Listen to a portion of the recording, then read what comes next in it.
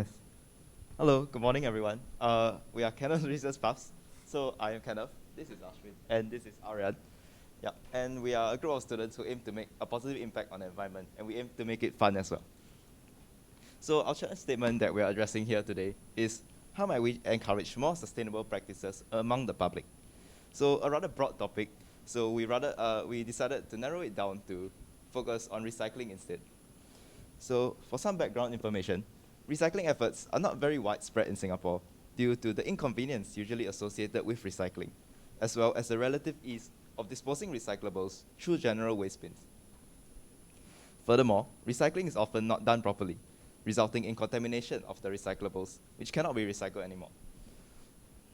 So we actually conducted a survey to find out more about this, and indeed, our survey does corroborate with the background research that we have done. So over here, you can see that the biggest reasons that hinder people from recycling in Singapore, with an overwhelming majority of them citing inconvenience as the reason, and with lack of information being the second reason. So for our target group, we've actually chosen households for this project, as domestic recycling is actually one of the lowest in Singapore, of about 13%. So households mainly focus on, households usually comprise of families with schooling children. And so we aim to target these groups of households, as children are the next generation of people that can make an impact in making an impact in encouraging sustainable practices. And so we want to teach them since they are still young, and we can incorporate habits in them.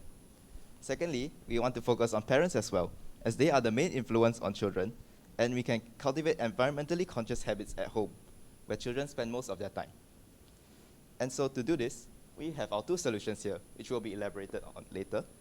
So our first is our publicity and educational campaign, and our interactive machine. So the main goal of this is to encourage recycling and make it more fun and less intimidating for the average Singaporean. Hi, Kenneth. So thank you for sharing about our introduction, and I'll be sharing more on our first solution, which is the publicity campaign. So maybe you're wondering, is this another campaign that you go through in schools where they will just teach you basics about why we should recycle? But however, we felt that is not enough, because even our survey results showed that most schools only implement recycling bins and then maybe tell you why you should recycle. But they don't tell you why you should, how you should recycle, the process of doing so. So hence you wanted something more interactive and hands-on, so they could, learn the process of recycling. So hence, and also since most of the children nowadays are more tech savvy, they get their phones at a much younger age, we decided to come up with an website and an online game to help them teach the process of recycling. So first I'll be showing you the website. So this is a prototype of the website. So I'm sure most of you must be familiar with the Apple website, where there's a lot of animations, it looks very stylish, and it's very easy to maneuver around.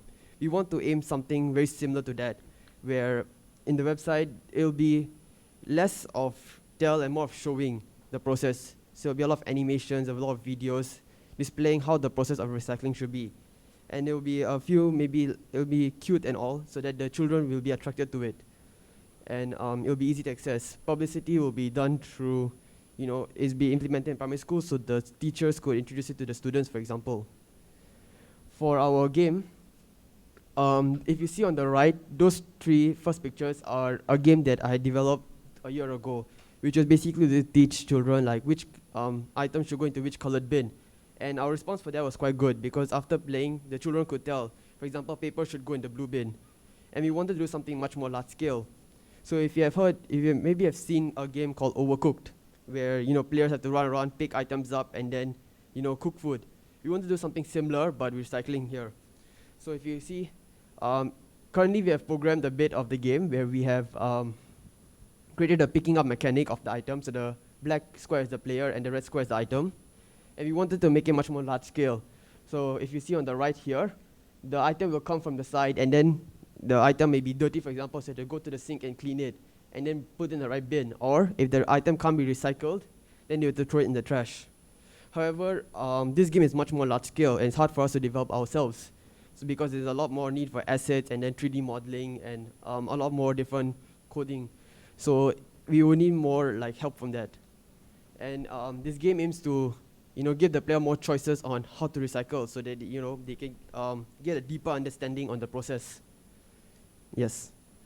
So next, Ashwin will be sharing about the interactive recycling machine. Okay, yeah, so in the interest of time, let me just very briefly go through the interactive machine. Okay, so when you think of interactive recycling machine, you will associate it with like normal e-recycling bins that you usually find.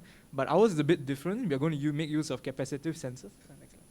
Capacitive sensors to actually like make sure that the thing that we're recycling does not contain contaminants. Because I'm not sure if many of you know, but if you try to recycle something with like contaminants, it's just actually quite counterproductive. So since our problem statement is how might we encourage sustainable practices, we want to teach them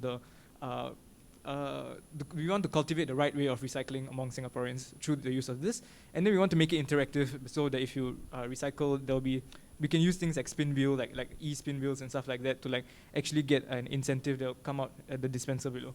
I'll just quickly run through the financials after this. So our implementation plan is as such as shown in the slide. So we'll quickly we want to get as much feedback as we can through this pitch, and then after that, move on to contacting partners and developing our prototypes. Next. Just next one. So lastly, I'll just talk about the budget and interest of time. So we are looking to spend from $42,000 to $50,000. This seems rather daunting and large numbers, but then a lot of it is actually being used for the development of the app, and actually to contact like engineering partners to actually help us with the development of the interactive recycling bin. This cost could be further cut down if we were to manage to partner up with organizations or companies such as, like, for example, Reese, to actually help us come up with the app and the interactive recycling bin, rather than freelance engineers and software developers. Yeah, thank you.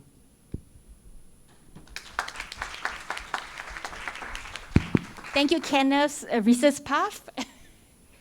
Okay, so shall we get some comments from the judges? Any feedbacks? Yeah, hi, thanks very much for the sharing. Actually, I'm very interested in the vending machine. I guess it's not a vending machine, it's a deposit machine. It's a machine prototype, right? So I thought that the whole function that you'll be able to identify what's contaminated and not is very useful, because as you say, right, contamination rate is like 40%, and that brings down recycling rate as well. I just wanted to understand a little bit more the mechanics behind it. So like when you put the stuff in, they scan, and then it gets rejected, or what? And then I think as a follow-up question to that, if it does get rejected, right, our I guess sense from the ground and our feedback from residents when we do such kinds of trials is that they just leave it at the site. So you end up with another whole pile of like mess at the side of your vending machine. How are you going to like correct that? Okay, so if you look at the prototype here, I wasn't able to go through the full prototype just now because of time. But then what will happen is, you see the two gray boxes at the front. So basically you put in the thing that you want to recycle, and then the capacitive sensors at the collection area will actually sense it, and then see if there are actually any contaminants in it. If the user actually like washed it properly, rinsed it properly before trying to recycle it. If it does senses that there are some like contaminants, it will still take it in, but it will go to the waste portion at the bottom, instead of going to the storage areas in the two purple boxes at the front.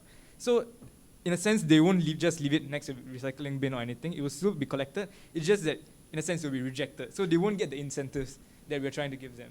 Yeah. Is it for all kinds of materials, or are you looking for a specific kind of recyclable material? I think for now, the main focus is towards plastic bottles and glass items. So like, because what our research has shown us is actually the plastic recycling rate is actually rather low. So like, and because of rather low, so like we want to actually improve on that. And plus, in view of sustainability and stuff like that, we could actually have more partners if we were to give them, like, for example, we have companies like Nike, right?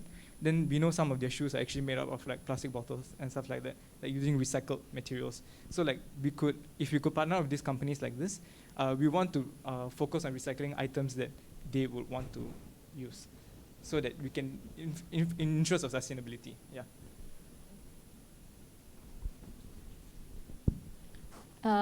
I love this machine idea, honestly, and it's so nice to see a product idea. If I were you, I would focus just on this, because building an app is also a lot of time and effort. So you'll have to pick which is it that you're going to focus on. And if I were you, I would focus on this one, because I think it is truly technology that is usable, that is, yeah, it can make such a big difference and to normalize behavior of recycling. I just want to say, what stage are you at? Is it just still at this paper design stage, or you've started some sort of prototyping? I think for now, we actually have started making like 3D designs of the machine itself. But for the actual mechanics and technological aspect, we are not really like capable or competent in that area. So we need to actually contact engineers and software developers to actually help us with those aspects. Yeah. But the cost that you saw at the last slide is actually based on our rough estimate, the 42,000, based on the information that we can find from the internet, based on the current like vending machines or electronic recycling bins that are present. Yeah.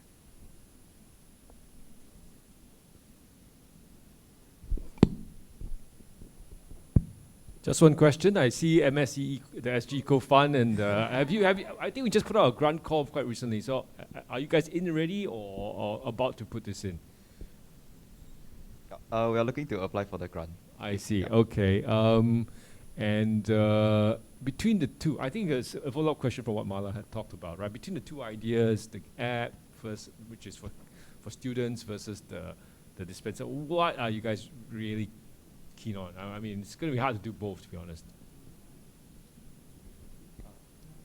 Okay. I guess the main idea that we're going with the whole interactive recycling machine is to sort of like gamify this process of recycling and make it more fun and less daunting for like the average person. Because in the end, our target group is also household, so we want to make it more family friendly and like basically make the whole recycling process very enjoyable and memorable. Yeah. So I think if we were to sort of like, sorry? Yeah. So if we were sort of like pick one, it will be like, it will focus more on the recycling machine as well. Yeah, but in like, to align with our goal of to make the whole process more fun, interesting, we want to like add incentives to the recycling machine, like Ashwin mentioned, and also I think we would still look into the developing of maybe like a small app to track the things that the recyclables that you put inside the machine, and basically reward points for these. So like, yeah, when you go to hawker centers, you return the plates, and they will give like those points, so you can redeem redeemables basically. Yeah, so I think right now our plan is to actually come up with some physical incentive, right? Because we have a dispenser. But then, like what Kenneth said, if we were to actually further develop this, we can even come up with an app, and then you can collect points like through mobile app, and then these points can be redeemed into like vouchers. So it's like something similar to like what the Singtel Step Challenge is doing. And yeah, then you can get these vouchers and you can like redeem them at commercial stores, clothing stores, or like sports stores, or anything like that. Yeah. Yeah, just also a quick question from me, which is similar to Mala. I actually really like your video game, and I hope I can play it at some stage. So I view your, I guess your project as one which is trying to, and many of the projects here, which is trying to establish norms in Singapore, right? And I think that choose one that I think you're more passionate about, which allows you to be successful in creating those norms. I like the fact that you've said that you wanted to establish norms in the group, which is children, and in a way sometimes I feel like a child myself at days, so I would love to play your video game. So I think really it's about prioritization, really focusing on what you intend to do, which I think you're very clear about, right? And let that be your guiding light in terms of how you prioritize. Yeah.